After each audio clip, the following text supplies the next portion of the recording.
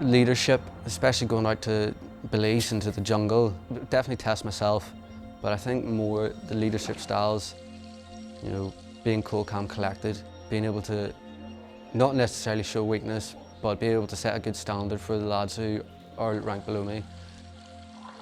And obviously, you know, taking in on the experience from my section commander, and the two ICs, a good friend, you know, he promoted with me as well. So be, you know, helping each other, and that's the buddy system. You know, if he needs a hand with something, I can help him, and vice versa. And for the newer lads, hopefully they can look up and go, well, if he's 20 years old and he's a lance corporal, well, I can do that. And that's kind of what, as long as the lads in my section might want to do that, not necessarily be me, but be the lance corporal in, you know, 2.5 years' time, and then I think you're doing it right. And to say that a leader's born, it isn't. A leader's made. A leader is someone you've picked up over time. You know, I've been very fortunate that I've worked under some really good leaders. For me, at least, I'm nitpicking. I'll take a bit from someone. Take a bit. You know, what was he like? I like that. What was he like? And then I also put my own twist onto it. But I think at the end of the day, for being a leader, obviously it's brand new to me. It's just being who you are, and obviously holding yourself up to a standard. You know, I expect other lads, the people below me, to be able to go, do you know what? He's actually quite good at that job.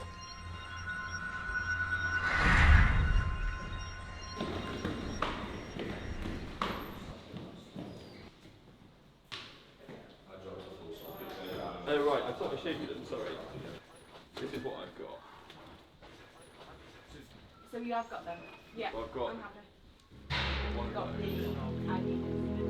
I mean, I was a bit shocked with something like this big, Belize. Obviously, I was excited because obviously it's not something we normally do, and out of nowhere, they were like, "Yeah, you're going." I was pretty buzzing. Close to the time, I've got a bit more nervous about it because obviously it's my first exercise away for one, and obviously everything else it's just starting to pile up. But I think once I'm out there, it'll be great.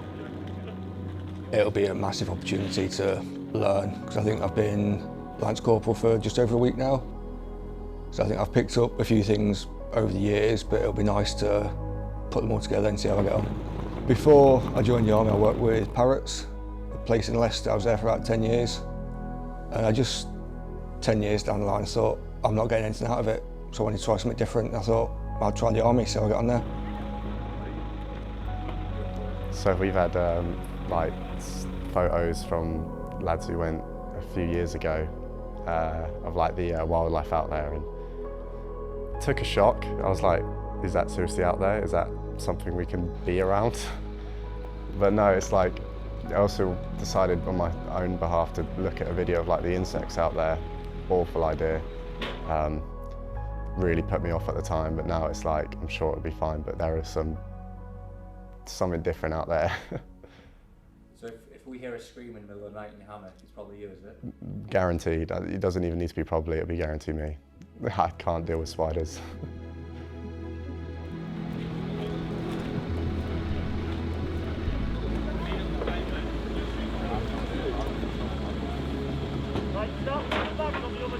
Everyone's got a bit of kit, everyone's got at least 2 bags each, a bit of heavy, but it's just about getting the kit going, and you know, we get the vehicles loaded.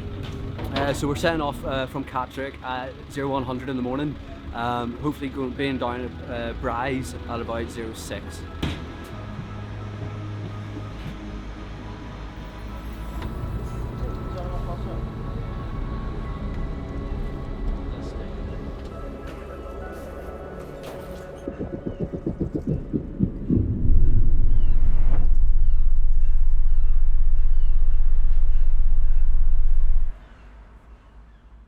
We've just travelled down from Catterick, nice long journey, not so much sleep at all. Just checked all the baggage in, and now we just wait around to get some food hopefully, and then get on the plane and sleep.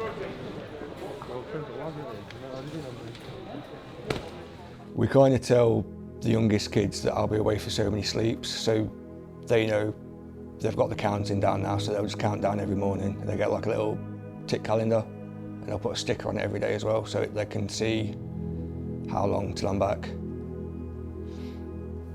For me, it's a challenge.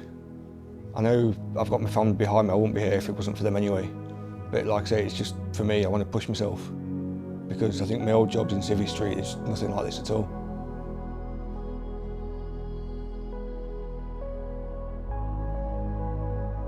Yeah, so I think when going out to Belize and having people look up to me, looking for me for answers, it'd be good. It's the pressure that I think that's needed. Once you get so far in your career, you need a bit more pressure, and that's, I think, natural with the promotions and how long you spend at each rank.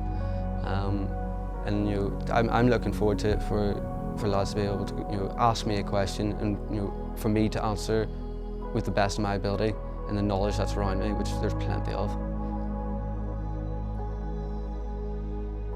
I think being away now, it's started to get easier. My parents have also started to find it a lot easier but now, even now, my mum will still cry every time I go back to work. I just hope that when I've come back, I know the tan's probably going to be better, which could use a tan in December. It'd be nice. Looking tan in December, that's a first. But fingers crossed it'll be a really good time. After this exercise, obviously I want to be physically fit and all that, the generic stuff. But I want to come away with a good attitude, appreciation for nature, as well. I'm going to a completely new environment. I want to see, what the jungle is like, and yeah, come back with a healthy attitude, going, I'm really glad I went there, and I'm really glad I did this.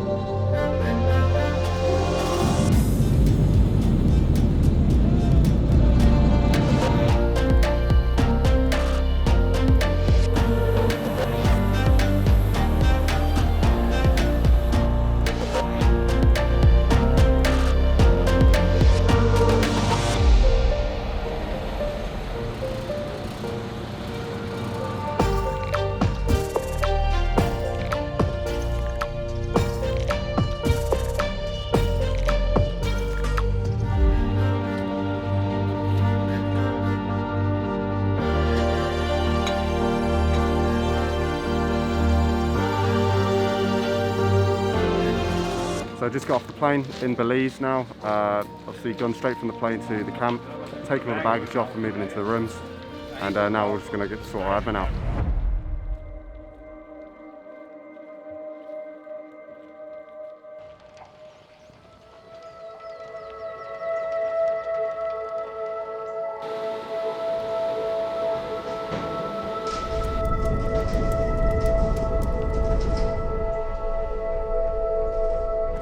I think my first impressions when you arrive in Belize, straight away you're hit with the humidity. It's warm, it's very tropical. The air is very heavy. Immediately you're on the other side of the world, and it's you're here to do a job and learn, and it's an incredible place. Warm welcome to Belize. Just on that, we're currently tracking a Category 3 hurricane, which is south of us. The thoughts of the hurricane was, obviously the exercise getting cancelled was quite a big one on the list. When we heard about the hurricane itself, it was more how wet are we actually going to get, because we're used to getting wet in the UK anyway, but I don't think anyone anticipated how much rain we're actually going to get until, again, you could hear it hammering down at night time. It wasn't until you come out and you could see that the camp was quite severely flooded in places. I think it was past the knees in some certain areas.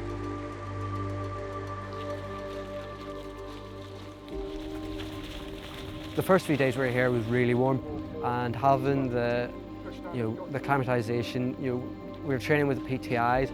I think everyone was a bit shocked, because we were doing phys in the UK and it's a bit hard to train, with the current, the COVID and stuff like that. But we managed to do a bit of training coming out here. And I think it was just getting used to the heat, getting used to this environment, and we got there in the end. I think I was more motivated myself for that one, but a lot of the lads, I mean, I'm 34, so there's a lot of lads that are fitter than me that probably dealt with a bit of it better than I did, but we all got there in the end.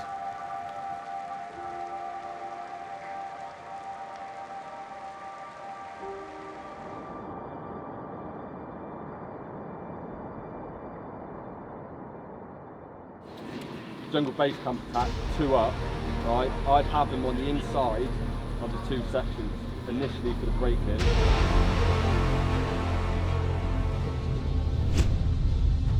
When we were doing the training on the rugby pitch, we were trying to find a good window when we could go out and train in between the thunderstorms and the sun.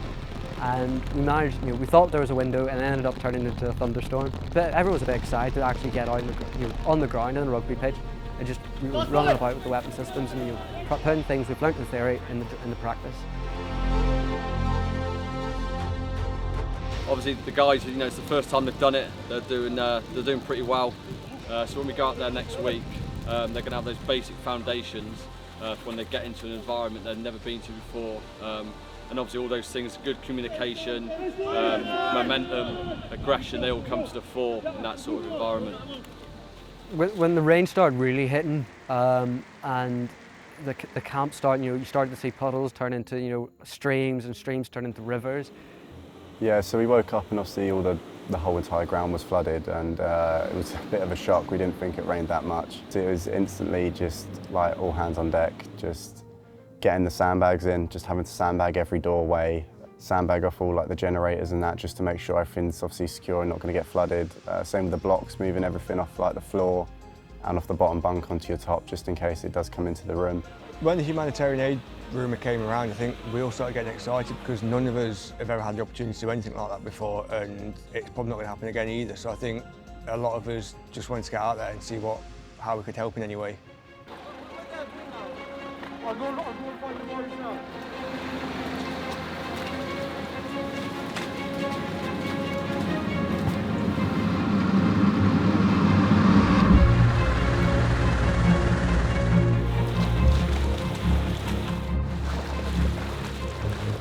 So we woke up this morning and camps obviously started to flood as the hurricane started to hit.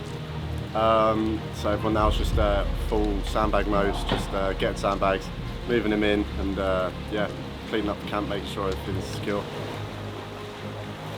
As far as local people are concerned, they've let us come here, they're letting us exercise here, so if we need to go and help them, we have to. It's the best thing to do.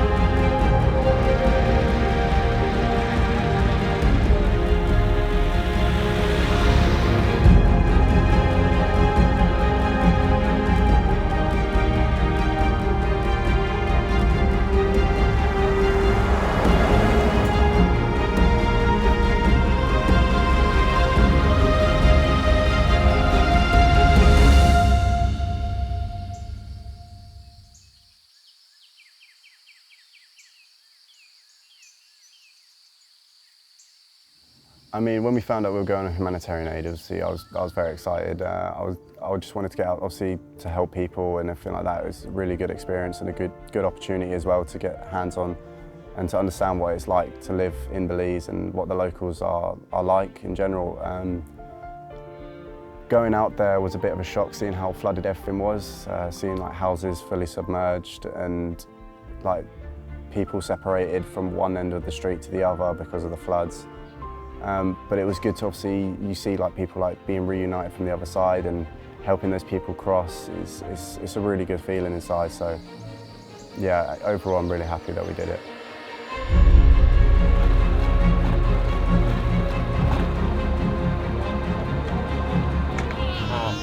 So at the moment we're just helping civilians cross from one side of the bridge, which is severely flooded, to the other side. So we're just helping transport them to safety.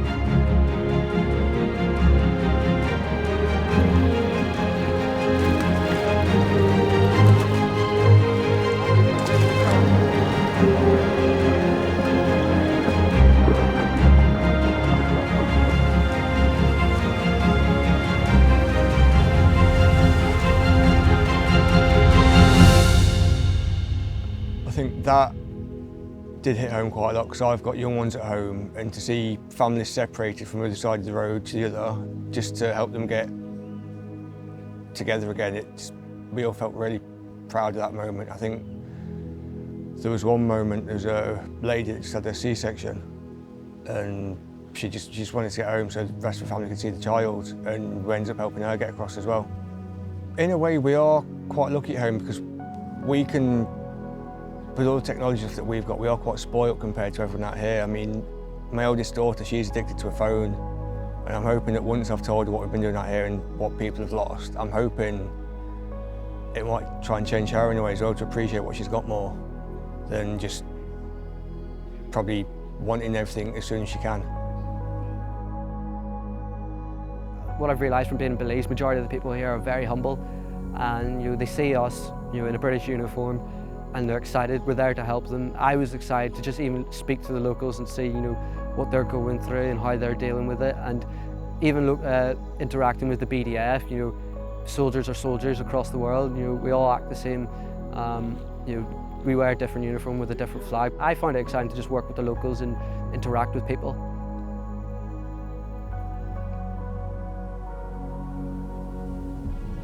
It was a very quick change from humanitarian aid to getting straight into the jungle exercise.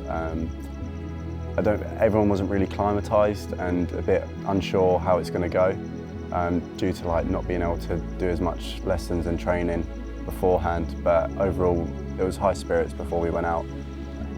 I was a bit nervous deploying. Obviously it's my first exercise with the regiment and would be the longest exercise I've done as well. So the nerves were starting to kick in. At the same time, so was excitement.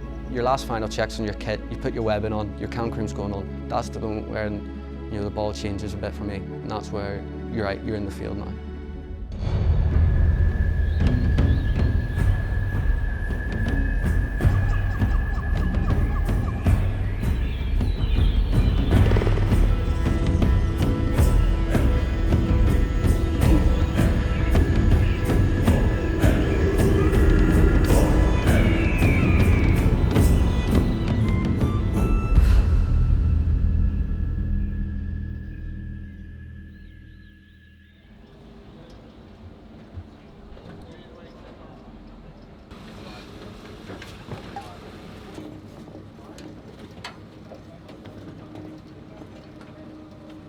So getting off the TCVs, it kind of came into reality that I'm obviously now on exercise and I need to start switching on and actually get my head into the sort of routine of what I'm going to be doing.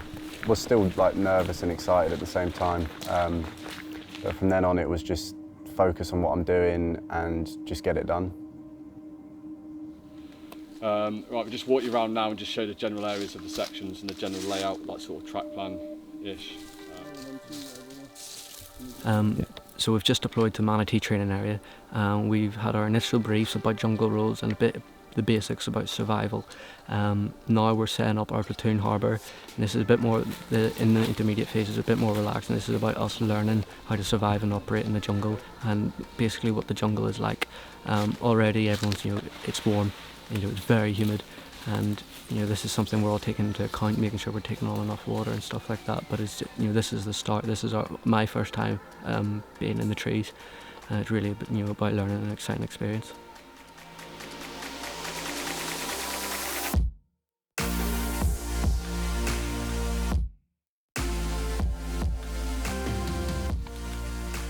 So welcome to the first day of your 3-day rotation, of different serials. Today you're going to be covering CTR, close target wrecking. So that's the kind of information that you need on that initial sighting. Okay, footprint, it gives you general direction, but again, nitty gritty. Okay, are the regularity in the straight line still prominent? If not, you're going to start age it accordingly. If you've got a combat tracking team, they'll be able to do that quicker, but the biggest one for you will be the weather and recognising the signs straight away. The jungle warfare instructors that we had, they were really good because they all had different expertise, and if they told you to do something, you'd pay as much attention as you could do because you needed to learn what they were teaching you.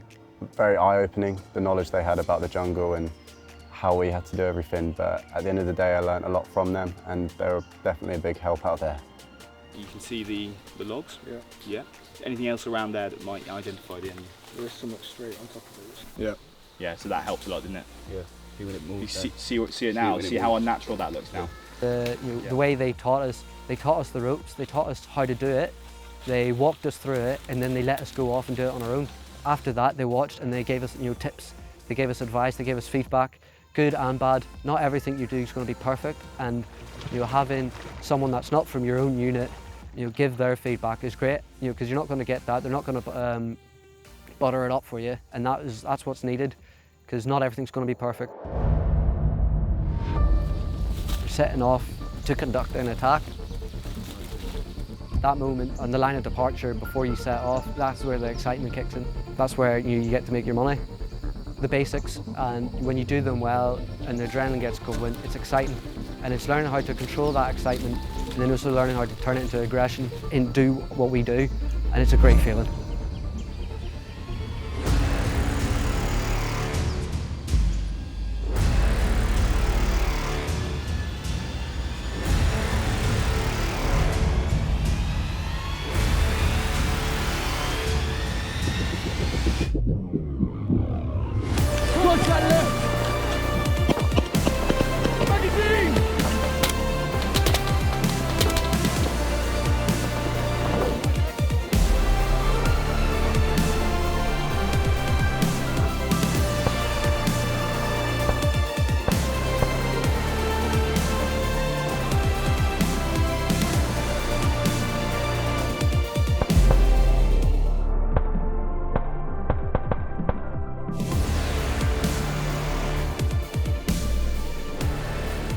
This is 1-1 Alpha contact report over.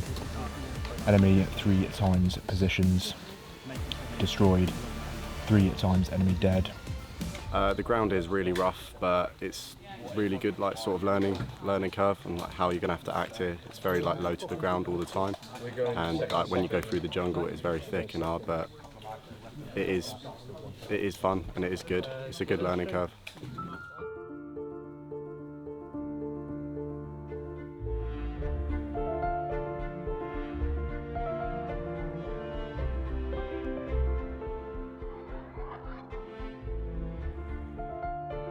Survival day is probably one of the best days of the exercise.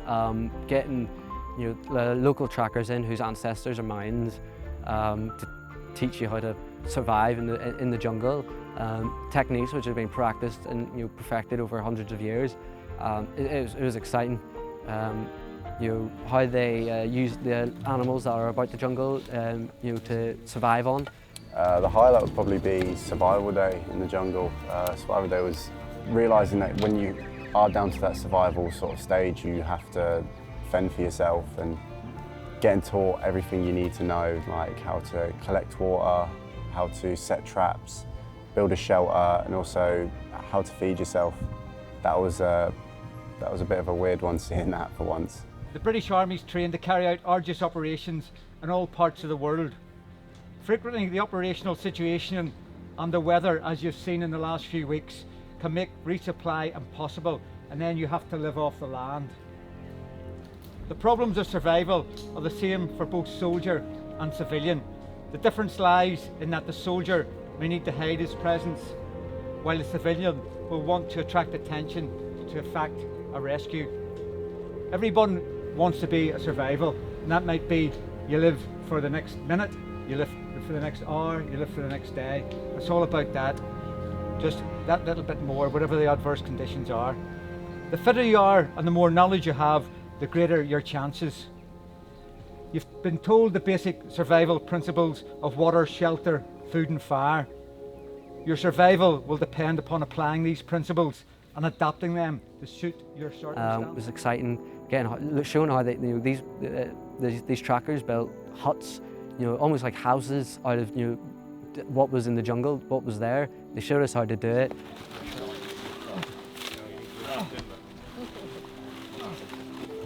Oh, I'm in.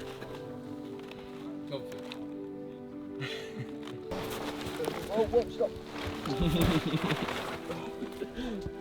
It's tight in there. Yeah. We're going to cover is water. How we can get it, where we can get it, how we can store it, how we purify it, and things like that. Okay, so an introduction.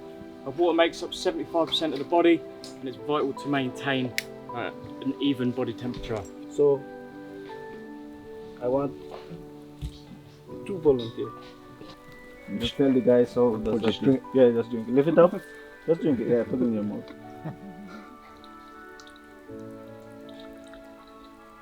You see how that water still have water? So imagine a big massive one you're gonna pull your. It's nice.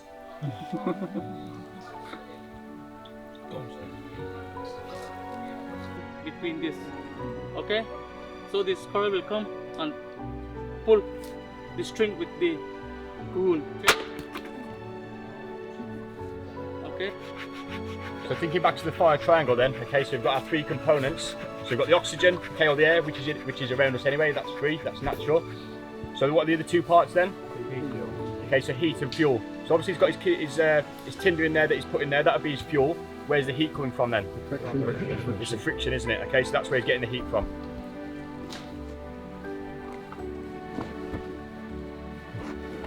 As you can see, he's blowing it, that's just adding more oxygen, okay? Bringing the 3 components together, okay, to get that fire.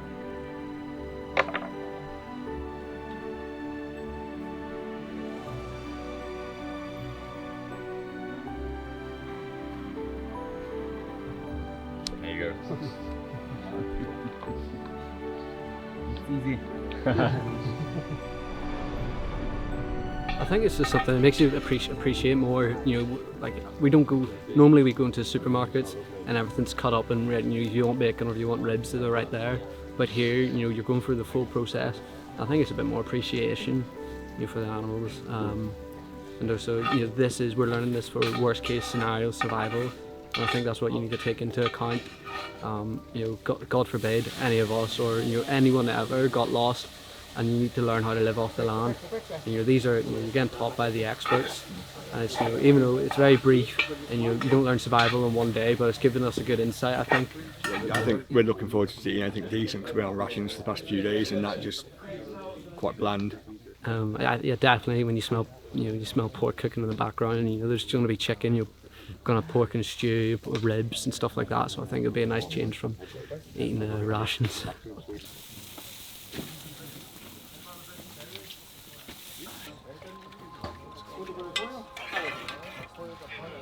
Can we get some pork, please?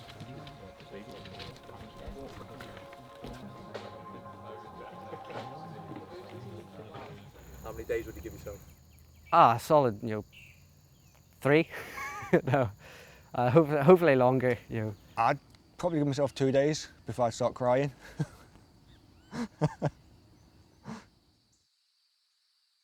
Right, all we're doing at the moment is making a model pit, so tomorrow morning we think we're doing an attack on it. So as you can see behind me, we've made a big area with 4 grid spaces in it to denote the track from here to there. And then there's a small one at the side of it which is going to be a smaller camp. From here to there. Attack wise, I think we're all looking forward to it, yeah. I mean, the stuff that we've been doing today, it helps build it up for it all. So yeah, bring it on.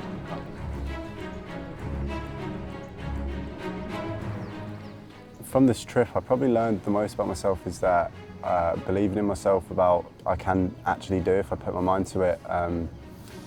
At the beginning, I didn't think I'd be able to hold out in the jungle. So doing it and being able to say I've done it is definitely a big thing for me. I think I've learned that I can tolerate a lot more than I thought I could because it is a hard environment out here and I don't think you realise it until you're there. So what I've learned in the jungle is do the basics well. I'm going to take those back to other places I'm going, be able to adapt to any situation and those situations were thrown at us and how to work in a new environment.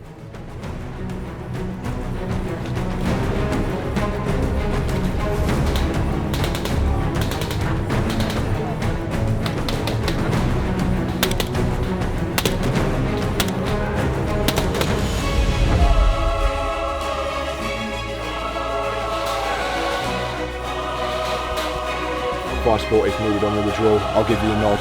What's for friendlies, boys?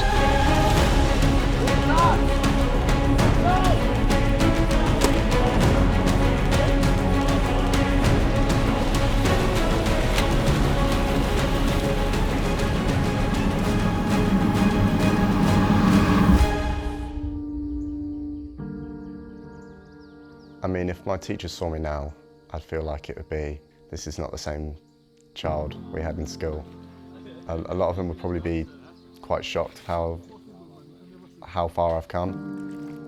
My friends obviously seen me, when I come home, they've noticed, like, when I first came back from Harrogate, they noticed, like, oh, you've changed. Yeah, 100% I've got a second family. I mean, even if some of them don't agree with it, or I don't even agree with some of them being it, it is that family thing, like you all look after each other and you all like respect, you live with each other. So it's like, you have to get to know them, and you don't have to like everyone and you don't have to get along with everyone, but it is still like that looking after each other and supporting each other through stuff like Belize and the jungle especially. It's going to be definitely showing some people's key aspects.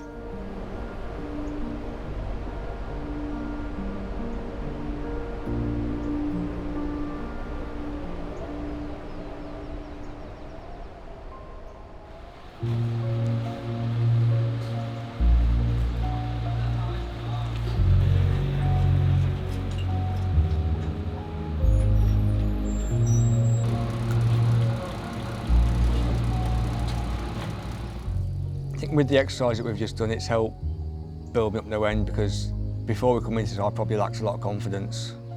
The lads help you get over it, so it helps you become a better person as well. It was just also a morale boost as well, having mates there, definitely. Otherwise it probably would have been quite the opposite. It's been a while since I've seen my family because of recent COVID and coming here, but they all know this is this is why I joined the army. This is what I'm excited to do. I think for anyone that's watching this or thinking about joining the army, I'd say go ahead and do it, because I didn't expect that I'd be here doing any of this. Like, being told that people aren't intelligent who go into the army is quite a big thing, especially when I was in school. Teachers would say, you can join the army if you don't do well, and it shouldn't be a fallback. People shouldn't see it as a fallback, because it's not, it's a career.